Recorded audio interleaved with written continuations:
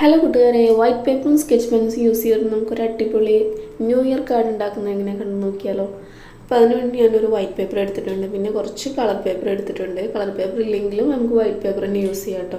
എന്നൊന്നുകൂടി ഇത് കളർഫുൾ ആക്കാൻ വേണ്ടിയിട്ടാണ് കളർ പേപ്പർ എടുത്തിട്ടുള്ളത്. അതൊരു ഹാർട്ടിൻ്റെ ഷേപ്പിൽ നമ്മളൊരു 8 പീസ് അങ്ങനെ കട്ട് ചെയ്തെടുത്തിട്ടുണ്ട്. ഒരേ ഷേപ്പിലാണ് നമ്മൾ കട്ട് ചെയ്തെടുത്തിട്ടുള്ളത്.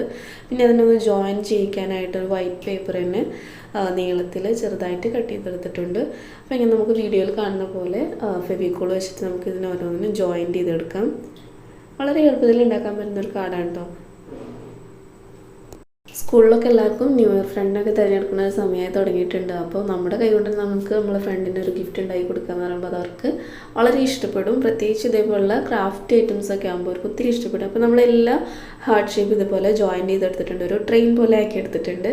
ഇനി നമുക്ക് വൈറ്റ് പേപ്പർ എടുത്തിട്ട് അതിന് ഏറ്റവും സെൻട്രലായിട്ട് 2 സൈഡാക്കിയിട്ട് മടക്കിയെടുക്കാം. ശേഷം നമ്മളൊരു പ്ലേറ്റോ അല്ലെങ്കിൽ നമ്മൾ റൗണ്ടിൽ എന്തെങ്കിലും ഒരു ഷേപ്പിൽ എന്തെങ്കിലും ഉണ്ടെങ്കിൽ അത് ഇതുപോലെ ഒരു പകുതിക്ക് വെച്ചിട്ട് ഒന്ന് മാർക്ക് ചെയ്ത് കൊടുത്തിട്ട് അതൊന്ന് കട്ട് ചെയ്തെടുക്കാം.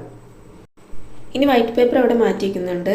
ഞാൻ കുഞ്ഞു കുഞ്ഞു പൂമ്പാറ്റയുടെ ഷേപ്പിൽ കളർ പേപ്പർ തന്നെ കട്ട് ചെയ്തെടുത്തിട്ടുണ്ട്.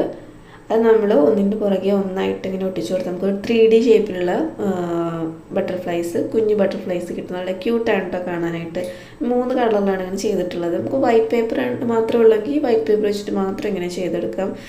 സ്കെച്ച് വെച്ചിട്ട് ചെറിയ ചെറിയ പൊട്ടുകൾ അതിൻ്റെ മേലെ ഇട്ട് കൊടുത്താൽ നല്ല ഭംഗിയുണ്ടാവും. ഞാനിങ്ങനെ ഒരു 6 എണ്ണം ചെയ്തെടുത്തിട്ടുണ്ട്. അതിങ്ങനെ നമ്മൾ കട്ട് ചെയ്ത ആ ഒരു എഡ്ജിലായിട്ട് നമ്മളിങ്ങനെ ഫെവിക്കോൾ വെച്ചിട്ട് ഒട്ടിച്ചു കൊടുത്തിട്ട് ഒന്ന് സെറ്റ് ആവാനായിട്ട് നമുക്കൊന്ന് മാറ്റി വയ്ക്കാം.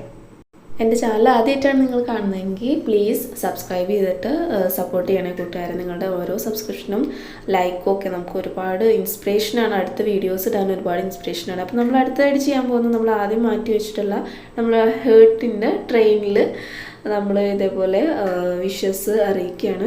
നമ്മൾ ടെക്സ്റ്റ് എഴുതാനായിട്ട് ഇവിടെയാണ് യൂസ് ചെയ്യുന്നത് കേട്ടോ. നമുക്ക് ഇഷ്ടമുള്ള എഴുതി കൊടുക്കാം. ഞാനിപ്പോൾ ഒരു ന്യൂ ഇയർ വിഷസ് വളരെ സിമ്പിളായിട്ടുള്ള ഒരു ഫോമിൽ എഴുതിയിട്ട് എഴുതി കൊടുക്കുന്നുണ്ട്.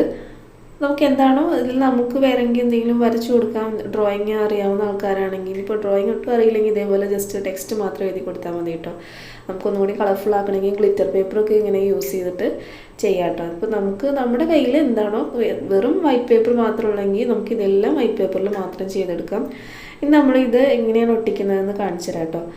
നമ്മൾ ഫസ്റ്റ് എഴുതിയിട്ടുള്ള ഹെഡ് ഷേപ്പിൻ്റെ ആ ഒരു ഭാഗം എടുത്തിട്ട് ഇതേപോലെ കാർഡൊന്ന് മറിച്ച് കൊടുക്കുക. എന്നിട്ട് നമ്മൾ ടെക്സ്റ്റ് പുറത്ത് കാണുന്ന രീതിയിൽ വരുന്ന രീതിയിൽ നമ്മളിങ്ങനെ മേൽഭാഗത്ത് മാത്രമായിട്ട് ഒട്ടിച്ചു കൊടുക്കുക. നമുക്ക് ടെക്സ്റ്റ് മറഞ്ഞു പോകരുത് കേട്ടോ.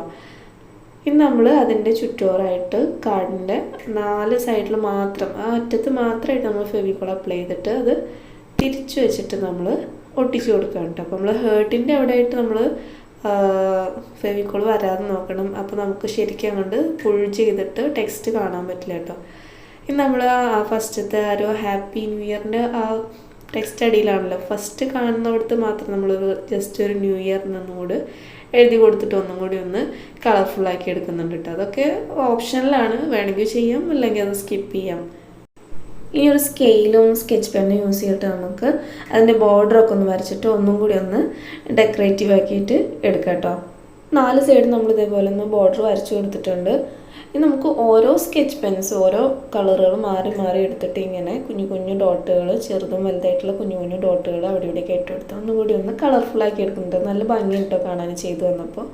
നമുക്ക് ഇതിൻ്റെ ബാക്ക് സൈഡിലായിട്ട് ഹാപ്പി ന്യൂ ഇയറിന് സ്കെച്ച് പെൻ വെച്ചിട്ട് തന്നെ എഴുതി കൊടുക്കുന്നുണ്ട് കേട്ടോ. അപ്പം നമുക്ക് എഴുതാൻ കുറച്ച് തെറ്റിപ്പോകുന്നുള്ളവർക്ക് ആദ്യം ഒന്ന് പെൻസിൽ വെച്ചിട്ട് എഴുതിയിട്ട് അതിൻ്റെ പുറത്ത് കൂടെ ഇങ്ങനെ സ്കെച്ച് വെച്ച് എഴുതിയാൽ മതി കേട്ടോ. അല്ലെങ്കിൽ തെറ്റിപ്പോയാൽ നമുക്കതൊരു വിഷമമായി പോകില്ല, ഇത്രയും നമ്മൾ ഇഷ്ടപ്പെട്ട് ചെയ്തുകൊണ്ട്. അപ്പം നമ്മൾ സ്കെച്ച് പെൻ വെച്ച് ഡോട്ട് ഇട്ടതിൻ്റെ പുറത്ത് കൂടെ ഒന്നും കൂടി ഒന്ന് ആ സ്കെച്ച് വെച്ചിട്ട് തന്നെ റൗണ്ട് ചെയ്തെടുത്തിട്ട് അപ്പോൾ ഒന്നും കൂടി കളർഫുൾ ആയിട്ടുണ്ട് കേട്ടോ.